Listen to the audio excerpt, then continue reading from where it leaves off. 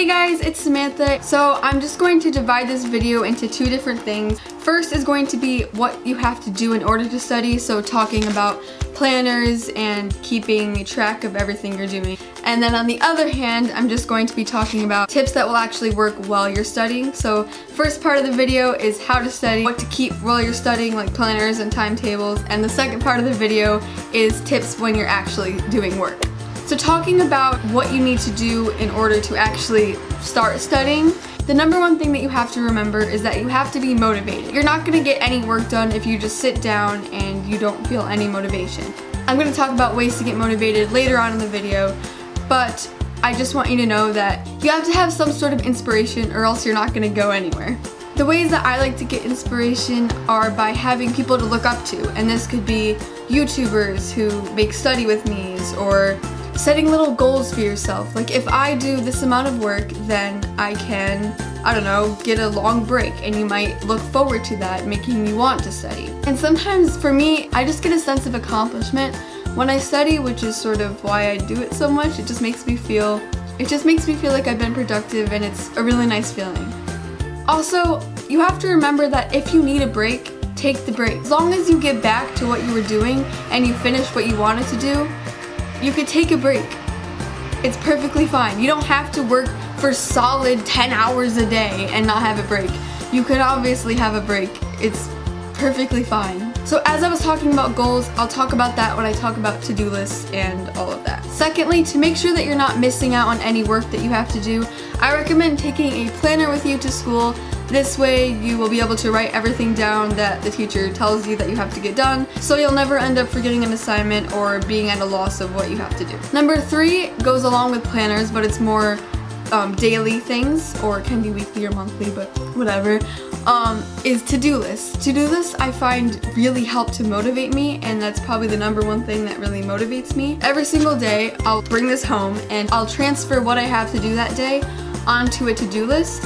So I have that amount of work to do that day. Now, something that people always sort of do is they think that, oh, I'll do 10 hours of work. I have to do 10 hours of work. Doesn't matter, like I just need to get 10 hours of work done. No.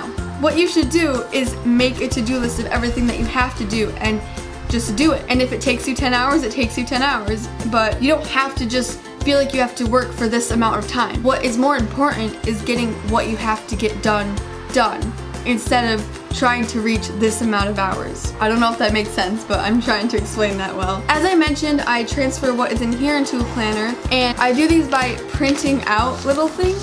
So I'll show these more close up, but I have a planner for like a daily planner. You can't really see it now. This is a daily planner. If you just look up on Google, study planner to-do list printouts, I'm sure you'll find one, and you can just, you know, find one that fits you most, because this one might not fit you. Besides a daily planner, I also use weekly planners. This is in order to understand what I have to get done each day in general. So I sort of have little time blocks, especially because it's getting closer to the exam season and all of that. So I like to have little time blocks, sort of like classes in a way, like a school schedule, but it's more of a homework and studying schedule. But as I was saying before, it doesn't matter about the hours, but when I am talking about exams, I do like to sort of assign myself little periods of time to do each subject, and this is just for exams, not for just homework. I'll do a separate video if you want on studying for exams, but that's a different video, so I won't get into that now. The third thing is mentioned often, but very much forgotten by a lot of people, and that is that you really need to eat well and drink a lot of water so you stay hydrated. Because if you are trying to do homework or studying on an empty stomach, or a full stomach for that matter, it can be really hard to concentrate. I know that I get very hangry when I'm hungry, and I can't really focus on anything I'm doing. So it's very important to have snacks, but not just snacks, healthy snacks, so that way you can fuel your body and give your body the proper treatment for studying. Some things that I recommend: dark chocolate above 85%, because this helps your brain to concentrate and focus. Vegetables are always nice, as long as you're not having something with a lot of sugar that's going to give you like a sugar high and then it just fades out and you just crash and have a sugar crash.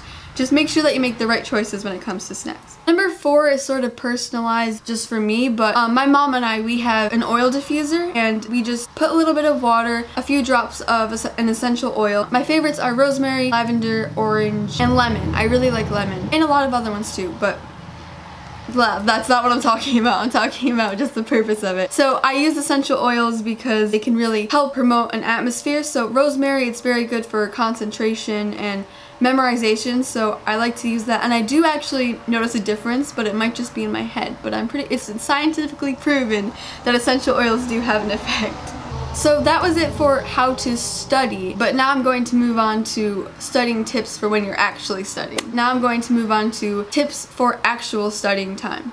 So I'll talk about this more if I do a video on how to study for exams, but what I love to do is to make acronyms for everything that I have trouble learning. So let's say I have to memorize solubilities for ionic and covalent bonds, or stuff like that. Maybe it's good solubility for one, poor, and then poor. So GPP. I might remember that by get Peter Pan. I don't know, it's just what I do, and it really helps me because I can remember them during the tests, and then I just write them out and I'm like, oh, get Peter Pan, good, poor, poor. And I match them up. It's very strange, but you'll find yourself getting in the habit of it. While you think of things that you are sort of forgetting, you might come up with little ways for that. Or sometimes if you're talking about Greek goddesses or learning about that, this is just a flashcard. But let's take Artemis for example. If I'm having trouble remembering Artemis, I might come up with a little acronym to remember it, or not even just an acronym, just sort of a jingle or just a way to remember it. So let's take this as an example. So this is Artemis. She is a Greek goddess, and I have to remember for class her Roman name, her job description, and her symbol. I think of Artemis. What does that sound like? Art. And her Roman name is Diana, or Diana, and she's the goddess of the moon. So I might break it down, and this is actually how I remember it. Artemis. So Roman name is Diana, whatever. Diana likes art, and she draws a moon. So then I know from that Artemis is the goddess of the moon, and her Roman name is Diana. Does that make sense? I don't know, but if it works for you, it might, and it really does help. It really does help for memorizing complicated things. So for the second study tip, I'm going to be talking about music. I would not be able to study as much as I do without music. Now, I'm not talking about putting on pop music or your favorite songs and jamming out while you're studying. No, that's not. No. If that helps you, then great, but it doesn't help most people. I recommend putting soundtrack music on. Personally, I like to listen to Harry Potter, of course, Nancy Drew, Peter Pan, the Peter Pan 2003 version, Alice in Wonderland, Coraline. And it's not just soundtracks that really help me. It's also ambience videos too. But I like to listen to Harry Potter ones, so it's sort of like a sound as if you were in a classroom, so it's the sound of like turning pages or writing down. There's some that are forests, beaches, I don't know, everything. You can really look up anything, and I'm sure there'll be an ambience video for you. So if you want to take, your studying out of your room, but you just can't go anywhere, just listen to an ambience video and it might help you. The third study tip is highlighters, or just pens, or something that has to do with design. I like to sort of dress up my notes a bit with highlighters, so it sort of inspires me to go back and look at them because they're aesthetically pleasing. But yeah, so you can just sort of make little doodles or little pictures, and that might even help with the whole memorization thing. So if you're having trouble memorizing something, you can sort of highlight it in a certain color, so that way when you're sitting during an actual exam, you could sort of think, oh, what was that color that matched to that vocab term? Oh yeah, green, so that means that it was that flashcard, which was this definition. You could also use it in that aspect. Mostly I just use it to make things look pretty, so it makes me want to write them.